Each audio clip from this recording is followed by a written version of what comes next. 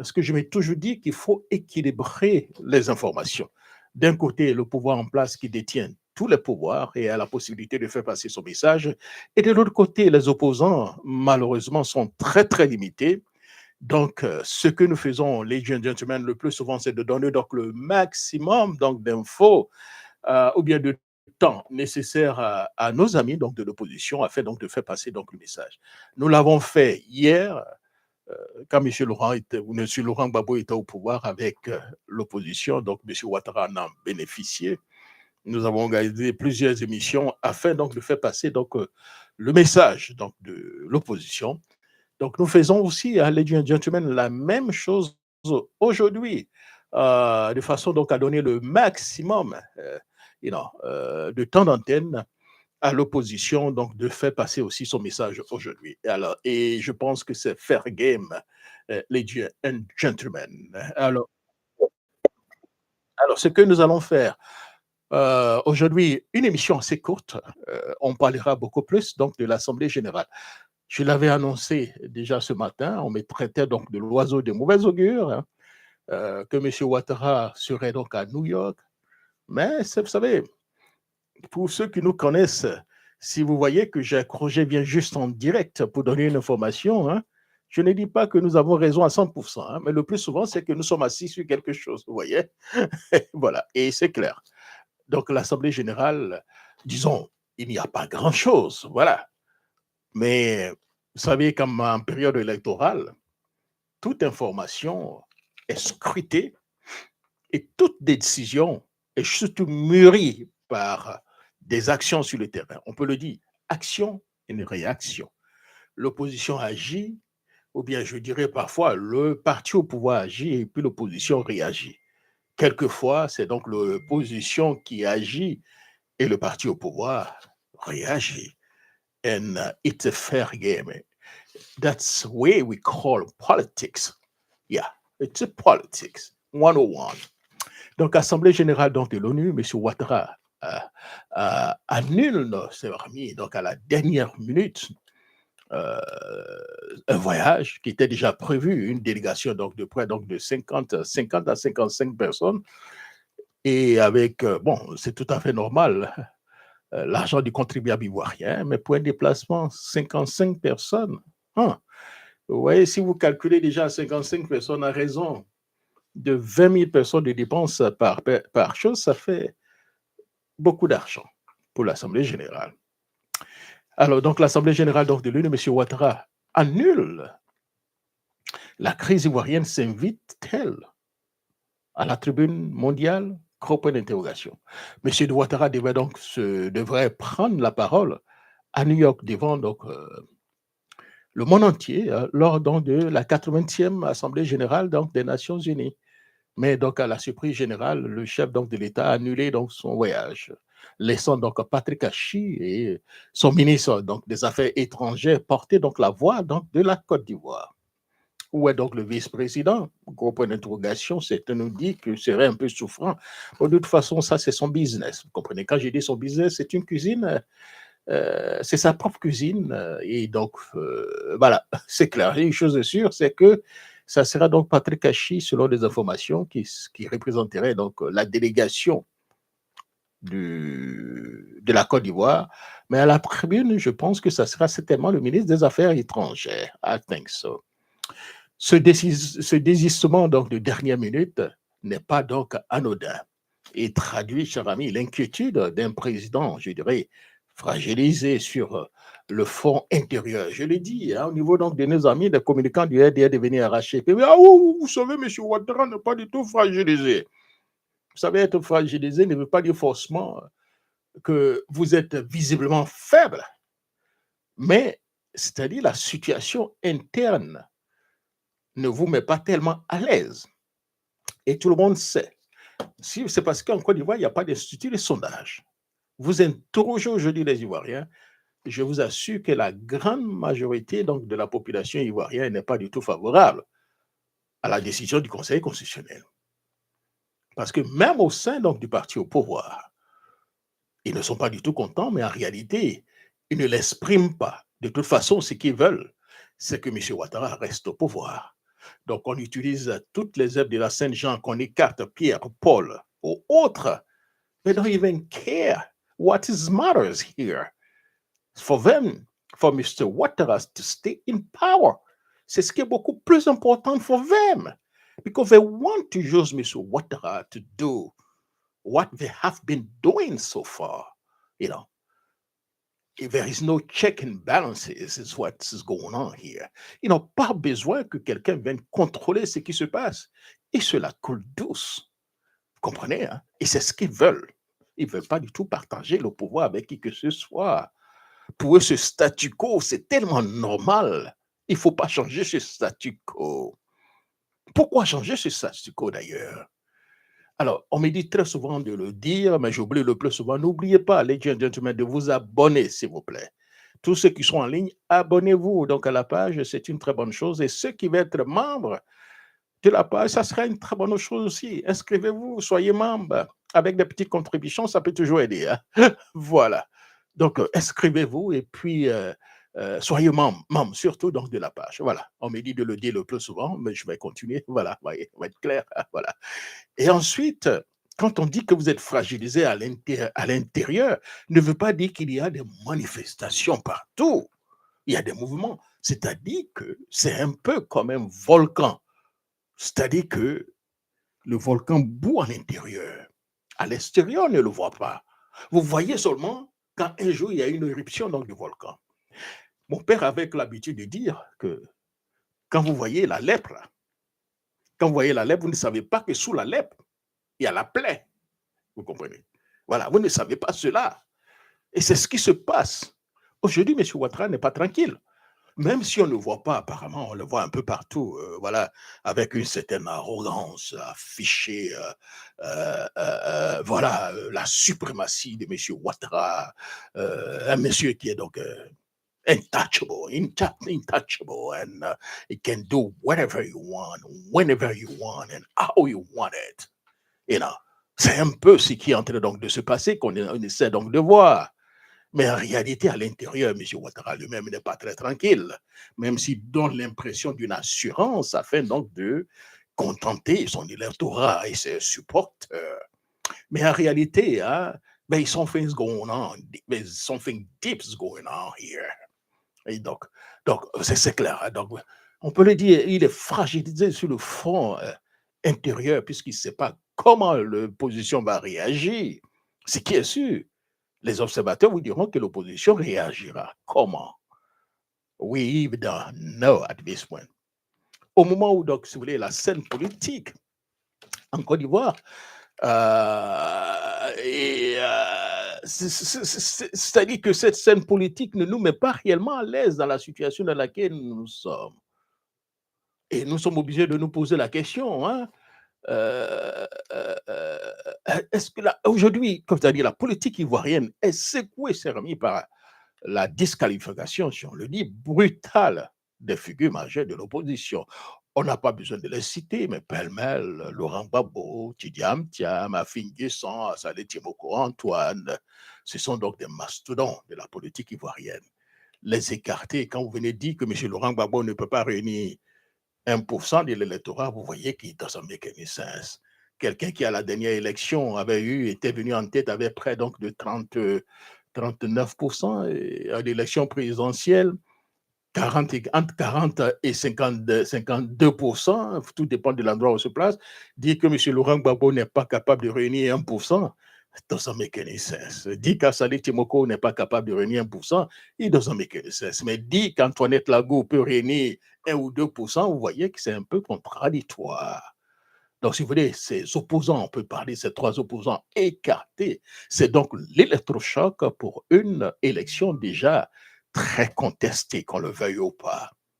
Donc, les appels à la mobilisation contre le quatrième mandat, jugé donc anticonstitutionnel, c'est-à-dire Gronde et M. Ouattara préfèrent garder un œil sur Abidjan plutôt que d'affronter donc les regards de New York. Pendant ce temps, donc, les affaires, pendant ce temps, il s'affaire donc à verrouiller donc son appareil politique avec le RHDP, hein, tout en avançant donc un calendrier des élections législatives et en préparant donc un budget donc décisif. Donc, M. Ouattara ne laisse rien en arrière, rien au hasard. Il prépare tout. Il est prêt à tout, vous comprenez, hein? Ils sont prêts à tout, oui, pour conserver ce 4 mandats. Comme ils le disent, c'est une affaire donc de vie ou de mort. Si M. Ouattara s'en va, nous perdons tout. Donc faisons tout, tout ce que nous pouvons pour conserver le pouvoir. This is what's going on here. Donc derrière donc une annulation, j'allais dire, l'annulation, une réalité. Donc l'épicentre de la crise n'est pas forcément l'ONU, mais c'est aujourd'hui l'épicentre se tourne vers donc la Côte d'Ivoire. M. Ouattara préfère beaucoup plus avoir l'œil sur ce qui se passe aujourd'hui en Côte d'Ivoire, et il a parfaitement raison, ladies and gentlemen. What's going on here? Ensuite, je vais vous donner d'accord une deuxième raison qui a certainement, pour moi, justifie, ladies and gentlemen, l'annulation de la visite de M. Ouattara donc à l'ONU. Le vrai lobbying de M. Tidiam Thiam depuis pratiquement près de 72 heures à New York. On le voit au four au moulin, il rencontre les personnalités au haut niveau donc, de l'administration Trump, puis donc de l'intelligentsia des États-Unis, afin donc d'expliquer les réalités donc, du terrain. Nous savons que le RDR devenu RHTP a embauché donc des officines afin donc de distiller donc des informations pour salir en guillemets l'image de M. Thiam en faisant passer M. Thiam, voilà, pour contrer, j'allais dire, it's even better, contrer M. Thiam au niveau donc des États-Unis, donc d'Amérique. Voilà. Mais M. Thiam, apparemment, il n'a pas trop besoin de lobbying. Il est lui-même, il est sur le terrain. Vous savez, ceux qui ont besoin de lobbying le plus souvent, c'est bon, mais c'est parce qu'ils n'ont pas confiance en eux-mêmes et puis ils ne s'expriment pas en anglais. Thiam, il parle très bien l'anglais, vous comprenez, il maîtrise l'anglais, il n'a pas besoin de traducteur. Il vient s'asseoir avec le FAD. D'ailleurs, Thiam a déjà une crédibilité, voilà, une très grande crédibilité à l'international, sinon aux États-Unis d'Amérique. On le connaît parfaitement, un monsieur très crédible. Donc, quand il prend la parole, il est imposant, il explique la situation claire au niveau donc, de la Côte d'Ivoire. Et là, il a plusieurs rendez-vous, plusieurs visites pour expliquer ce qui se passe aux Américains d'abord, ici, à Washington, avant certainement de se rendre à New York pour rencontrer voilà, les personnalités d'État au haut niveau pour expliquer réellement what is going on in Ivory Coast at this point. Voilà. Alors, donc c'est le vrai lobbying de M. Thiam à New York et ensuite, disons, à Washington, puis donc à New York. Donc, ce qui fait donc réellement trembler le régime d'Abidjan. C'est donc dans le brouhaha politique ivoirien, une réalité donc dérangeante s'impose. Le vrai lobbying ne se joue pas réellement à Abidjan et à Washington et à New York. Comme le disait le ministre Niamien Yao, que je paraphrase très souvent, il dit le championnat ivoirien ne se joue pas seulement au Félicia, mais le championnat ivoirien se joue au Parc des Princes, à Wembley, et maintenant c'est au Yankee Stadium. Et là, voilà, c'est là où le championnat ivoirien se joue. Informer, éduquer, donner la vraie information donc à nos interlocuteurs, donner la vraie information au monde entier sur les réalités du moment, sur l'appétit vorace du RDR devenu RHP de M. Ouattara, de conserver donc le pouvoir vaille que vaille. Les arguments qu'on avance, oui, M. Ouattara, sa présence aujourd'hui est nécessaire pour la Côte d'Ivoire parce que c'est lui qui garantit la paix. Je crois que M. Tibis Kofi, il y a pratiquement 4 ans, avait donc répondu à cela. Il dit, mais c'est très grave. Si c'est M. Ouattara qui garantit réellement donc la paix, c'est que c'est lui qui est vraiment le vrai problème. C'est-à-dire la Côte d'Ivoire, depuis que la Côte d'Ivoire existe, là, c'est M. Ouattara qui garantit la paix, quoi. C'est depuis que la Côte d'Ivoire existe, c'est M. Ouattara qui garantit la paix. Sans M. Ouattara, il n'y aura pas du tout de paix en Côte d'Ivoire, alors que nous savons que nous avons bâti ce pays sur la paix, quand M. Ouattara n'était pas là. De 1960 jusqu'en 1990. Pendant 30 ans, nous avons connu ce slogan que nous tous, nous avons donc adopté. La paix, ce n'est pas un mot, c'est un vrai comportement du président Houphouët-Boigny. Le message de peace que nous avons donc véhiculé grâce au savoir-faire, à l'image claire du président Félix Houphouët-Boigny.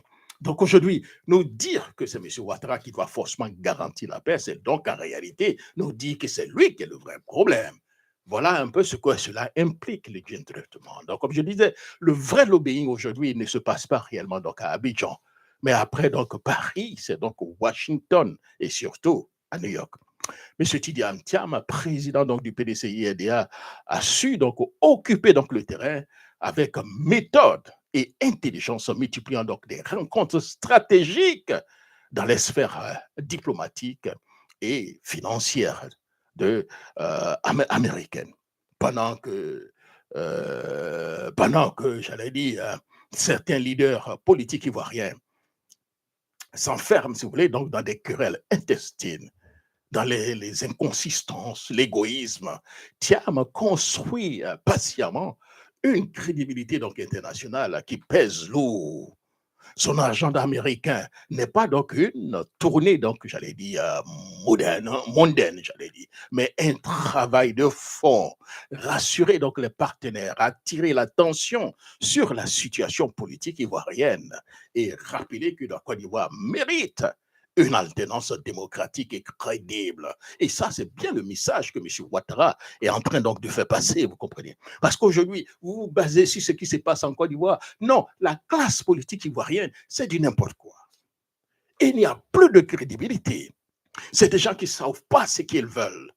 Comprenez? Ils sont contre Ouattara, ils sont pour Ouattara. Ils sont contre Bédié, ils sont pour Bédié. Ils sont contre Laurent Gbagbo, ils sont pour Laurent Gbagbo. Quand je vois qu'on me dit, ah oui, ce paradigme-là ne viendra pas de la jeunesse politique ivoirienne parce qu'en réalité, ils sont encore pires que ce que nous avons en ce moment. Donc ce paradigme ne viendra que de l'extérieur. Quand je dis de l'extérieur, un outsider, quelqu'un qui n'était pas donc avec eux. Ce paradigme ne viendra qu'avec M. Tidiane Thiam. Tous ceux que vous voyez aujourd'hui, là, ils sont pratiquement trempés dans cette mentalité de détruire. Si ce n'est pas moi, c'est personne d'autre.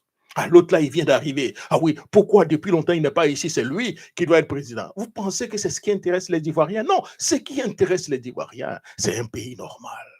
Et si ce pays normal viendra donc de M. Félix Bama, les Ivoiriens s'en foutent. Si ça deviendra de M. Yahou Kwadjo, ils s'en foutent. Si ça viendra de Mme Laure Samba, ils s'en foutent. Ce qu'ils veulent, c'est un pays normal, un nouveau paradigme. Le Ivoirien veut être dans une situation, vivre dans la paix, vous comprenez, dans un pays démocratique. Il a le temps d'aller au marché pour aller faire son marché, arriver donc à la maison, nourrir ses enfants, vous comprenez. Quand il y a des élections, il regarde si le candidat Félix Bama n'a pas fait un bon travail, il a le droit d'aller dire, Monsieur Félix Bama, nous vous avons voté, mais le travail que vous avez fait n'est pas du tout le bon travail. Dans ces conditions, on vous met donc à la retraite. Voilà ce que les Ivoiriens veulent. L'Ivoirien veut aller dans ces élections, que sa voix compte. On va voter quand on ferme les urnes à 18 heures. Au plus tard, à minuit, nous avons donc là les résultats, sinon donc la grande tendance. C'est ce que l'Ivoirien veut. La population est déjà prête, la population aime ça. Mais nous avons en face de nous une classe politique composée donc des gris, de méchants, des égoïstes, vous comprenez, et qui freinent le développement donc de la Côte d'Ivoire, les gentlemen. Voilà, c'est tout ce que l'Ivoirien veut. Un pays normal. Comprenez? Un pays normal, quand je dis un pays normal, il ne demande pas quelque chose d'exceptionnel. Le pays normal, c'est quoi? C'est-à-dire aujourd'hui, M. Anatole Blé a le droit d'aller en justice. Et quand il va en justice, c'est-à-dire qu'il s'attend à ce que le juge soit juste. Le juge regarde son affaire avec Jacques Roger, vous comprenez? Et qu'il dise, Monsieur Blé, vous avez raison. Jacques Roger a tort et il donne les raisons pourquoi M. Blé a tort. Et M. Blé a raison. Et cela va en conformité avec nos lois. Mais M. Blé ne doit pas aller à une justice qui sait que quand il a fait un Karamoko, il arrive là-bas, c'est lui qui va perdre. Non, l'Ivoirien ne veut plus ça. Un pays normal, un pays où il y a la liberté, vous comprenez. Il est libre de critiquer, sans pourtant s'attendre à être que des dozos viennent le voir ou bien le visiter donc le soir. C'est ce que l'Ivoirien veut. Et ceux qui sont là ne veulent pas cela.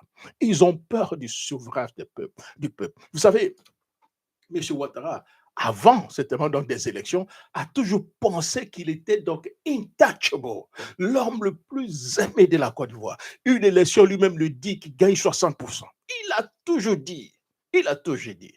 Mais où M. Ouattara s'est rendu compte, c'est quand une élection a été organisée par les Nations Unies, sur la supervision des Nations Unies, il a vu que son poids réel est en dessous donc des 30%. Vous comprenez? Parce que si on s'en tient au raisonnement de M. Henri Konan Bédier, M. Ouattara ne devait pas donc arriver au deuxième tour. Et ce raisonnement a été donc amplifié par M. Laurent Gbagbo. C'est-à-dire qu'en 2010, le deuxième tour devait se passer normalement entre M. Laurent Gbagbo et M. Henri Konan Bédier, si ces 600 000 voix lui avaient été donc accordées. Je me projette, c'est-à-dire qu'on n'a pas toutes les informations pour nous dire que c'est la vérité, vous comprenez. Mais si cette information est assez correcte, donc M. Ouattara s'est rendu compte qu'en réalité, il ne pesait que 27,5%. Il ne pesait pas plus de 30%. Vous comprenez? Donc M. Ouattara a peur réellement donc d'affronter donc le peuple, surtout avec des candidats réellement donc du peuple. Dès lors, créer des conditions en même temps pour bloquer donc des candidats aussi importants ou bien des candidats qui pensent que les Ivoiriens pourront se rallier derrière lui. Voilà la situation. Voilà ce qui explique qu'il a donc écarté Laurent Gbagbo. Il a regardé Tipoti Diam, c'est une injustice. Oh, man, when I'm thinking about it, ladies and gentlemen, je suis tellement dépassé et vraiment très, très, très affligé. Voilà, quelqu'un a dit, pour être candidat, il faut se débarrasser d'une nationalité et pour avoir la noce. C'est ce qu'on a toujours dit. C'est ce qu'il a fait. Ah, on me dit, oh oui, monsieur Thiam n'a pas déposé ça, il n'a pas renoncé à sa nationalité depuis longtemps. Mais de quoi vous parlez? On nous dit de respecter la loi. La loi nous dit qu'il y a une révision chaque année. Donc la révision devait se faire donc en 2025. Donc entre nous, les gentlemen, si la révision avait été donc faite, M. Ouattara, M. Thiam allait sur la liste électorale sans problème. On a refusé cela parce que ça faisait partie d'un calcul. On a formé, donc, si vous voulez, des pseudo-avocats dans des cabinets, rien que pour traduire M. Thiam en justice, rien que pour dénier la nationalité de Thiam afin qu'il ne puisse pas se présenter. Des cadres du RDR devenus RHTP introduit donc des dossiers et une juge de RHTP prend en main ce dossier et arrache la nationalité en Thiam afin qu'il ne soit pas candidat. Et nous sommes là, on dit, ah oui, pour une question de paix, il faut accepter. Il faut accepter des choses comme ça. Quand on sait que hier, ceux qui ont arraché la nationalité à Thiam ont pris des armes, ont utilisé tout ce qu'ils parlaient en même temps pour que leur champion soit candidat. On peut faire ça à un pays. On peut être aussi inconstant jusqu'à ce point. Ladies and gentlemen, I don't really think so what's going on here. Il y a une injustice. Et ne pas dire non à cette injustice, nous-mêmes acceptons de vivre dans une injustice, dans un pays d'injustice. Ce n'est pas une question de dire j'aime Thiam ou je n'aime pas. Ce n'est pas une question de dire que j'aime le RDR devenir RHTP ou j'aime pas le RDR devenir RHTP. C'est une question de lire le droit. Est-ce que ce qui est arrivé à Thiam, il y a une justice, mais il y a une injustice. Dès lors, s'il y a une justice, tout Ivoirien digne de ce nom devait se lever pour dire non.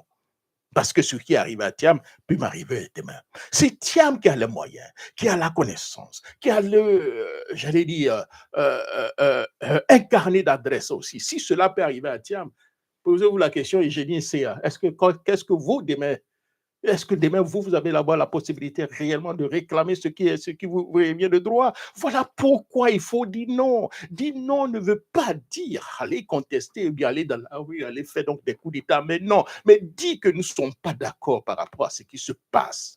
Et ne pas le faire, c'est-à-dire que nous ne sommes pas dans un pays de droit, c'est-à-dire que nous-mêmes, nous ne savons pas ce que nous voulons. Voilà, this is what's going on here. Donc, chers amis, ce que je peux dire, c'est donc, avec le lobbying de Thiam, c'est discret mais efficace, qui fait donc trembler donc le régime d'Abidjan. Car il démontre que donc la bataille de 2025 ne se limite pas donc à des manœuvres locales. Elle se joue aussi donc dans la capacité donc de convaincre donc les partenaires extérieurs de la légitimité donc d'un projet donc politique. Et sur ce terrain, M. Thiam prend donc une longueur d'avance.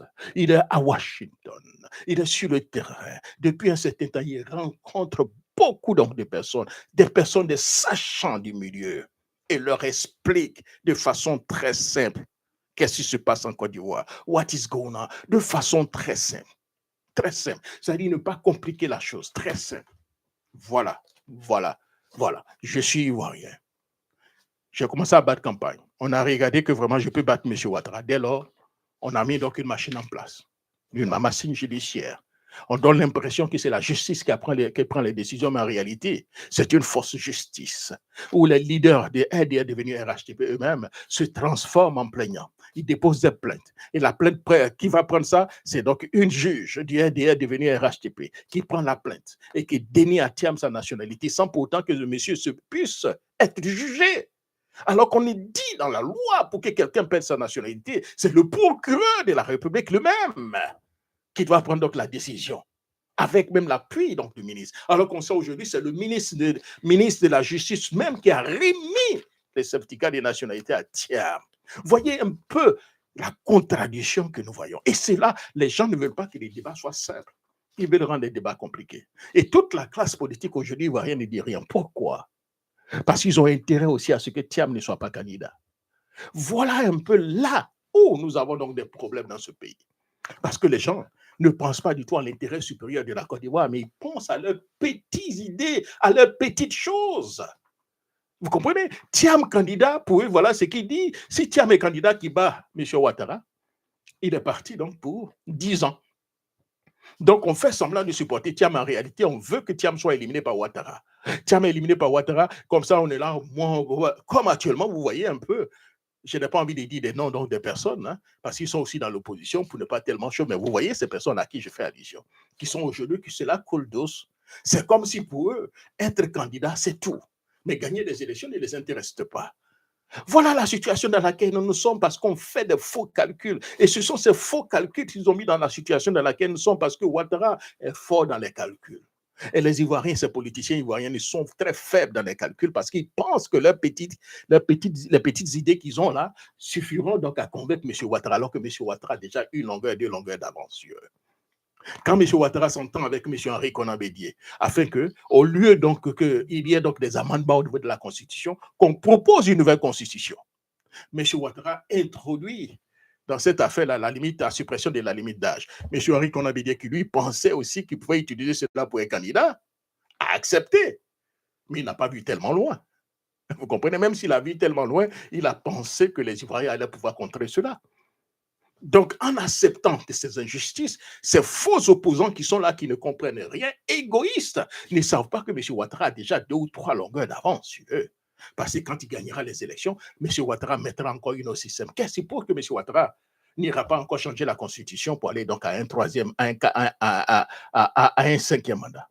Parce qu'en réalité, on a créé des conditions pour que même les tests, parce qu'en réalité, quand il y a une virgule au niveau de la Constitution, il faut forcément un référendum. Et M. Ouattara, ayant peur donc des référendums, a tout fait pour créer des conditions dans cette constitution qu'il faut qu'au moins ça soit donc les 2 tiers de l'Assemblée nationale ou bien charge qui puissent voter avec le Sénat. Il contrôle pratiquement les 5 tiers de le Sénat. À peu près donc au niveau de l'Assemblée nationale, qu'est-ce qu'il va faire? Comme connaissant les Ivoiriens, il suffit donc d'acheter au moins une dizaine de personnes, vous comprenez? Proposer certaines choses pour qu'ils votent. Voilà la situation dans laquelle nous sommes. Les gens sont vendus. Et nous passons tout notre temps sur des gens qui sont vendus, qui ne représentent rien. C'est des gens très petits, cupides, et qui passent tout leur temps à mettre en avant leur intérêt sur l'intérêt général. This is the situation. Voilà ce qui est en train donc de se passer, les gentlemen. Donc, M. Thiam est donc à Washington depuis donc un certain temps avec un lobbying afin donc d'expliquer au peuple américain. Et n'oubliez pas que dans une semaine, c'est le monde entier qui sera donc à New York. Et M. Thiam sera donc à New York pour expliquer aujourd'hui, parce que croyez-moi, je visite là-haut au milieu. Je sais ce qui se dit. Les partisans de M. Ouattara sont déçus par son 4e mandat. Mais comme aujourd'hui, au niveau de la communication, au niveau d'Abidjan, on donne l'impression que oui, les Ivoiriens sont contents. Même s'ils ne sont pas contents, c'est une question donc de paix. Donc, quand il y a la paix, vous voyez, donc c'est Atubanga, comment il s'appelle? Il y a Atubanga, Alafé, Wakili, l'autre là s'appelle comment même? Le petit brouillon, là. Comment il s'appelle? Le petit brouillon, le ouais, là, j'ai oublié son nom.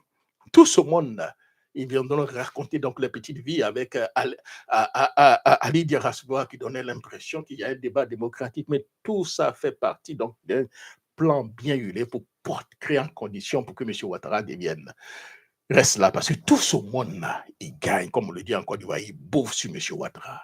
Ils ont peur du changement. Ils se disent quoi? Si on laisse une autre personne, si c'est un Thiam qui viendra, avec Thiam, il n'aura pas donc de favoritisme, hein? Même tous ceux qui sont autour de Thiam, nous autres, par exemple, qui ne sommes autour de Thiam, la Thiam ne nous fera pas du tout de faveur. Vous comprenez? C'est peut-être ce qui fera, c'est de créer des conditions que peut-être Jacques Roger puisse ouvrir, pourquoi pas, quelque chose. Hein. Mais dit que va aller certainement positionner Jacques Roger ministre, alors qu'il sait que Jacques Roger n'est pas capable, il ne le fera pas. Thiam ne le fera pas. Et cela, il y a des gens qui sont là, n'ont pas envie de compétir. Vous comprenez? Ils veulent certainement utiliser donc l'ethnie, la région, la religion pour avoir des postes comme ils ont en ce moment. Compétir avec M. Aboro ou bien Mme Eugénie, ils ne veulent pas compétir avec Mme Eugénie. Ils veulent se baser, ah oui, nous sommes nordistes, nous sommes victimes de l'injustice pendant donc des années, donc c'est notre temps de bouffer. Voilà ce qu'ils veulent, mais pas la compétition directe. Voilà la situation dans laquelle nous sommes, les gentlemen. Ah, pendant que d'autres aujourd'hui calculent les intérêts. Tiens, mais actuellement en train de se battre. Il se bat pour vous, les Ivoiriens. Ce monsieur aime profondément la Côte d'Ivoire et l'homme. Quand vous discutez avec lui, il ne parle que des Ivoiriens. Ce monsieur n'avait rien à envier aux personnalités du monde. C'est un homme, on appelle personi intuitif. Il fait partie des 40 personnes au monde qui sont consultées pour l'économie mondiale. Je dis bien 40 personnes sur combien de milliards que nous sommes là? 5, 6, 7, 8 milliards. 40 personnes au monde consultées pour l'économie mondiale. Il discute avec tous les grands de ce monde, avec un respect résolu et absolu. Il n'y a pas un poste où Thiam veut peut-être compétir, il n'aura pas la chance de l'avoir. Il n'avait pas intérêt à venir se mettre dans la gadoue de la Côte d'Ivoire. On donne l'impression comme si c'est M. Ouattara, M. Thiam qui veut franchement être président de la Côte d'Ivoire. Mais non! S'il a envie d'être président de la Côte d'Ivoire, c'est aider. Il a créé des conditions, il a vu, parce que c'est un exemple quand il donne tout le temps, il parle de l'Asie. Comment Thiam a vu l'Asie sortir de la pauvreté? Il est dit le plus souvent, la Chine, en espace donc de 20 ans, a sorti des millions de personnes de la pauvreté grâce à une politique très appliquée. Voilà ce qu'il a envie donc de faire. Ce que les gens ne savent pas. Il a aussi conseillé dans des pays comme le Rwanda qui fait aujourd'hui rêver. Et Thiam se dit que le pays de Fouboyen de son grand-père a les hommes qu'il faut, les potentialités qu'il faut pour transformer la situation de la Côte d'Ivoire dans laquelle nous sommes en un pays réellement en voie de développement. Voilà ce qui l'anime en ce moment. Et voir l'Ivoirien dans son propre pays vivre de la mendicité, Thiam ne peut pas accepter cela. Si on ne comprend pas ça, on n'a rien compris. On passe notre temps à penser aux petits intérêts que nous gagnons, au lieu que nous focalisons aujourd'hui, la Côte d'Ivoire devient un pays producteur. Le pétrole de Côte d'Ivoire, là, ça va où? Vous savez comment les gens font? Ils ont fait des contrats entre des parents amis pour pouvoir bouffer donc dans le pétrole ivoirien. Vous comprenez? On a besoin que tout cela prenne fin, que notre recherche serve la population ivoirienne. Il y a des efforts que les gens sont en train de faire sur Ouattara. Je sais, il y a des efforts. Mais il y a beaucoup de lacunes qu'il faut corriger. Et il faut peut-être de nouvelles générations de gens comme Thiam pour corriger, pour passer d'une situation où Ouattara, parce que croyez-moi, Ouattara ne peut pas aller au-delà de ce qu'il a fait. À 84 ans, il ne peut plus. C'est-à-dire qu'il a atteint l'apogée. Ce qu'il faut maintenant, c'est le déclin. Il ne peut pas aller au-delà. Donc, permettre à Ouattara d'être là, ça sera donc permettre à la Côte d'Ivoire de chuter. Alors que où Ouattara est, on a besoin donc de monter. Et monter, il faut un homme de vision. Un homme qui a déjà géré des grandes entreprises, les gentlemen, qui pourra donc faire passer donc, la Côte d'Ivoire d'une situation A à une situation A+. Voilà ce qui se passe, les gentlemen. Donc, pendant que d'autres sont habillés en train de faire des petits calculs, passer sur des petites chaînes de radio, raconter leurs petites vies, se contredire les intérêts personnels, M. Thiam affiche donc une vision claire. Voilà. Replacer donc la Côte d'Ivoire au centre du respect démocratique, de la stabilité et de la crédibilité économique. Une stratégie qui à Washington, comme à New York, ne passe pas donc inaperçue. Donc, les gentlemen, voilà un peu donc, mon petit billet d'aujourd'hui. J'avais promis faire à peu près au moins 31 minutes. Nous en avons fait donc 35. Ah oui, on vient me situer donc le nom, c'est ça, voilà. Guillaume Bateau, voilà. Voilà les stars donc les stars aujourd'hui. Guillaume Bateau qui dit quelque chose qui se dédie. Quand il est FPI, il critique. Quand il n'est plus FPI, il critique plus, il mange. Comme on le dit, il faut manger. Voilà. Nous sommes dans une situation manger gracie. Ah non, moi j'ai mon petit pain. Je réussis à avoir donc des PDM 400 000, 100 000, 200 000, 500 000 par mois. Donc tous les Ivoiriens doivent être heureux. On s'en fout de ce qui se passe. Si l'autre à côté n'a rien à manger, we don't care. Je suis rassasié, donc vous devez être rassasié. Voilà la situation dans laquelle nous sommes. Mais si nous ne comprenons pas cela, c'est qu'on n'a pas de pays. Vous comprenez? Si on ne comprend pas qu'il faut combattre une injustice, comme les gens l'ont fait hier en prenant des armes, je ne dis pas aujourd'hui on doit prendre des armes. Non. Mais une mobilisation pour dire non, ce qui est arrivé à Thiam n'est pas normal. Comme, je ne prends pas trop le cas de Laurent Gbagbo, vous comprenez, mais ce qui arrive à Laurent Gbagbo n'est pas normal non plus. Quelqu'un que vous avez amené à la Cour pénale internationale pour être jugé. Parce que selon vous, vous n'avez pas donc de tribunal en Côte d'Ivoire. Et il s'en va à la Cour pénale internationale pour être jugé, les gentlemen. Et pendant qu'on le juge là-bas, vous le jugez encore à Abidjan. Vous osez même amener des convocations chez lui, à Abidjan, alors que vous savez qu'il est à la Cour pénale internationale à La Haye. On peut faire ça. Et vous le jugez par contumace. On peut faire ça. Cher ami, ce pays-là, c'est notre pays.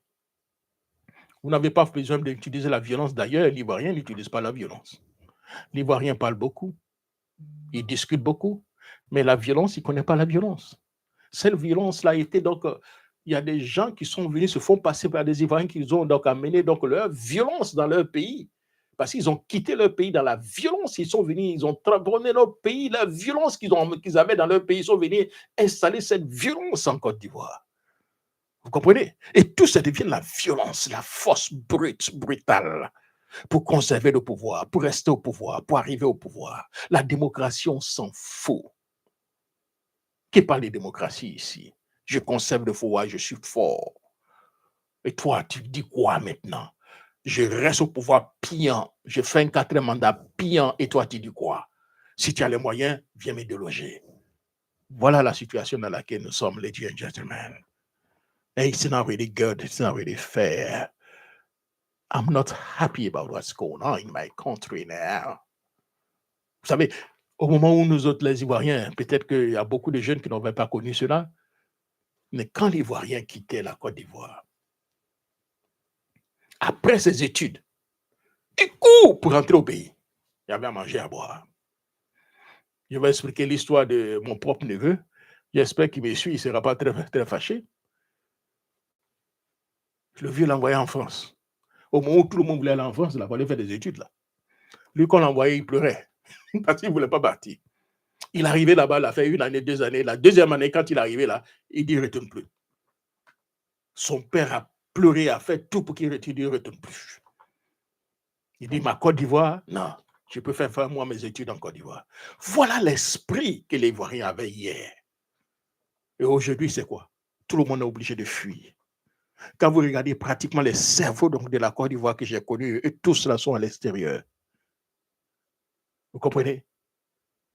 Alors qu'on a tout chez nous. Un pays, pourquoi près donc de la moitié donc, de la population ivoirienne d'origine étrangère aime s'installer en Côte d'Ivoire pendant que nous autres, là, nous quittons la Côte d'Ivoire pour aller ailleurs? Why? Est-ce que nous sommes posé la question pourquoi? Est-ce que nous sommes posé la question pourquoi? C'est ça la réalité. Les gens ont intérêt à ce que l'Ivoirien quitte le pays pour aller ailleurs, pour qu'ils s'installent. Et croyez-moi, et je me souviens, avant que je ne vienne aux États-Unis, je travaillais avec mon ami, peut-être que s'il m'écoute là, si ceux qui sont un peu plus âgés doivent le savoir, c'est Sissoko. Et dans son temps, nous avons créé, ceux qui nous suivent là, le journal CI1, un journal de publicité. Et ce journal avait commencé à marcher tellement fort, le journal. Ceux qui, les plus anciens qui sont là, peut-être que s'il y a quelqu'un qui se souvient de ce journal CI1, voilà, si vous êtes en ligne directement, faites-moi signe. J'étais en ce moment le directeur commercial. Vous comprenez? Le directeur commercial. Après avoir fini ma formation d'inspecteur d'homme commercial, j'ai dirigé donc cette structure. Nous avons donné l'allure à cette structure. Et je me souviens que je suis allé le voir pour lui dire que je viens aux États-Unis. Voilà ce qu'il m'a dit. Il m'a dit, j'espère que quand tu vas aux États-Unis, ce n'est pas pour rester longtemps. Il m'a dit, j'ai parcouru tous les pays au monde. Mais le pays où fait bon vivre, où tu peux t'en sortir, si tu travailles dur pour te faire de l'argent, c'est la Côte d'Ivoire. États-Unis, là, peut-être qu'il faut aller prendre la connaissance, mais il ne reste pas longtemps. C'était l'esprit qu'on avait hier. C'était ce rêve ivoirien que nous voulons faire revivre à travers nos émissions. Bidba, bring the Ivorian dream back again. Revive ce rêve ivoirien qui nous manque. Vous comprenez? Et c'est de ça. Nous devons engager donc les vrais débats autour de ça, que nous amène dans de faux débats, des Atubanga, des, comment il s'appelle là, Kuyo, comme sur là, l'autre là, je ne sais pas pourquoi j'oublie tout son nom là, Bateau, voilà. Tous ces conneries là qu'on nous amène en même temps pour distraire donc le peuple. Ah, c'était donc mon billet, les gentlemen. Merci, vous êtes quand même relativement nombreux à nous suivre. Je pense que d'ici peut-être mois, on sera peut-être à chaque émission minimum à 1000 personnes. Voilà, mais déjà 600, 500, 600 personnes, it's not bad. Après peut-être, disons, un mois, it's not bad. On progresse, voilà, on progresse. Et surtout, l'heure pour faire les émissions. Je ne sais pas si vous préférez que ça soit à 15 heures ou bien à disons, quand j'ai dit 15 heures GMT, ça fait 15, 16, 17, 18, 19. Donc, 19 heures GMT, ou bien vous voulez que ça soit à, si on commence à 12 heures, entre 16 heures et 19 heures GMT. Voilà, 16 heures. Voilà, vous qui êtes en ligne, avant qu'on raccroche, donnez-nous les heures préférées entre 16 heures GMT et 19 heures GMT. Quelle heure vous pensez qu'est l'heure favorable pour les émissions? Et comme ça, nous allons tout faire pour caler quelque chose. Donc, ceux qui sont déjà en ligne, vous pourrez directement, rapidement, avant que je ne raccroche dans les 3-4 petites minutes, faire un petit, voilà, on va faire un petit sondage et donnez-nous au moins les heures qui vous pensez la meilleure heure pour cette émission. Entre 16 heures GMT, ce qui veut dire 12 heures au niveau des États-Unis, et 19 heures GMT, hein, ce qui veut dire 15 heures au niveau donc, des États-Unis. Voilà. Alors, il y a déjà des gens qui sont donc favorables déjà à 19 heures GMT. Voilà. Alors, faites donc ce petit sondage et puis nous allons caler nos émissions là. Ah oui, je crois que la majeure partie donc des gens sont favorables pour 19 heures. 19 heures. Voilà. 19 heures GMT. Voilà. Il y a déjà près de 6-7 personnes favorables pour 19 heures. Voilà. 19 heures GMT, d'accord, j'ai compris, il est dit gentlemen. Alors, donc, ce que nous ferons éventuellement, alors, je nous dis 16 heures GMT, ce qui fait 18 heures. Voilà, donc, donc nous situons 18 heures et 19 heures. Voilà, 18 heures et 19 heures. Donc, on pourra voir si c'est à 18h30. Vous savez, ce que Génie décide, c'est ce qu'on fait. Hein, voilà. Ce que Madame Génie décide, c'est mon co-host. Donc, l'émission, elle ne parle pas, mais c'est mon co-host. Voilà, quand je la vois chaque fois, je dis, ah oui, voilà. Donc, l'émission sera très bien. Voilà. Merci beaucoup, ma soeur. Donc, on verra entre 18h30 et 19h, voilà, animer donc une émission, 30 minutes, maximum 45 minutes, mais 30 minutes d'information, d'explication et d'engagement. Voilà, je ferai en sorte, ladies and gentlemen, d'être beaucoup plus direct, mais beaucoup plus courtois. Ils n'ont pas d'invective contre M. Ouattara, parce qu'après tout, M. Ouattara est le chef d'État, c'est notre président. Qu'on le veuille ou pas, on ne va pas forcément le déculotté en public. Mais on peut critiquer sa politique, critiquer ce qu'il fait. Mais les invectives vont faire en sorte pour qu'il n'y ait pas du tout d'invectives, les gentlemen, OK? Alors, merci beaucoup, cher ami, et puis rendez-vous tomorrow is what? Demain, c'est quoi? Demain, c'est mercredi. Et puis, je vous promets, une exclusivité. Ah oui, oui, une exclusivité. Hein, voilà. D'ici donc vendredi, une exclusivité pour nos auditeurs. Une exclusivité. Je préfère ne rien vous dire. Hein. Peut-être que j'appellerai certainement ma soeur Eugénie Bonon pour lui dire, mais le reste, une exclusivité. D'ici donc voilà, d'ici donc le vendredi. Hein. Guess what? Une exclusivité. Merci beaucoup et puis surtout rendez-vous pour une autre émission tomorrow. Demain, c'est donc mercredi. Est-ce que demain mercredi, on verra demain mercredi si nous pouvons donc faire une émission aussi à partir donc de 15 heures, donc de Washington et 19 heures, 15 heures, 16, 17, 18, 19, voilà, 19 heures GMT. Donc la majeure partie de nos frères aimeraient que l'émission se passe, voilà, donc en partout 19 heures. D'accord, voilà. Tout le monde est d'accord pour que ça soit 19 heures. Alors on fera en sorte pour que ça soit donc 19 heures. Voilà. Merci beaucoup. Et surtout, rendez-vous pour une autre émission. N'oubliez pas de critiquer ce que nous faisons. N'oubliez pas tous ceux qui sont en ligne de s'abonner, de vous abonner à la page. Vous comprenez? Vous abonner, ça nous donne beaucoup plus d'audience, beaucoup plus de crédibilité. Et au besoin, soyez membre du show. Membre, une petite contribution que vous faites donc chaque mois, ça peut donc aider le docteur Bogasako Gervais à payer au moins quelques billes de déplacement. Surtout, n'oubliez pas donc de faire des petits gestes pour le docteur Bogasako Gervais. Je crois que j'avais oublié donc de mettre chaque émission, on fera en sorte pour qu'il y ait donc au niveau de la page en haut des contributions que vous pouvez faire pour ce frère. N'oubliez pas, il en existe depuis donc un certain temps. Ses comptes sont pratiquement bloqués. Il est sollicité dans les 4 coins des États-Unis. Il doit effectuer donc des déplacements, vous comprenez. Et tout ça, c'est de l'argent. Donc, un petit support, une petite contribution pour le docteur Bogasako Gervais, ça sera très bien. Et croyez-moi, la contribution que vous avez faite ne viendra pas sur Jacques Roger, ne viendra pas chez Pierre ou Paul Sabat, directement chez lui. Directement chez lui, il n'y a pas d'intermédiaire. Pas d'intermédiaire, une contribution va directement, vos contributions iront directement chez lui. Pas d'intermédiaire, donc de ce côté, ne craignez même pas qu'il y ait donc, voilà, des coupeurs de route. Voilà. Merci beaucoup, les gentlemen, et surtout, let's say goodbye and see you maybe tomorrow. Au revoir et merci beaucoup à ma co-host, Eugénie. Bye bye.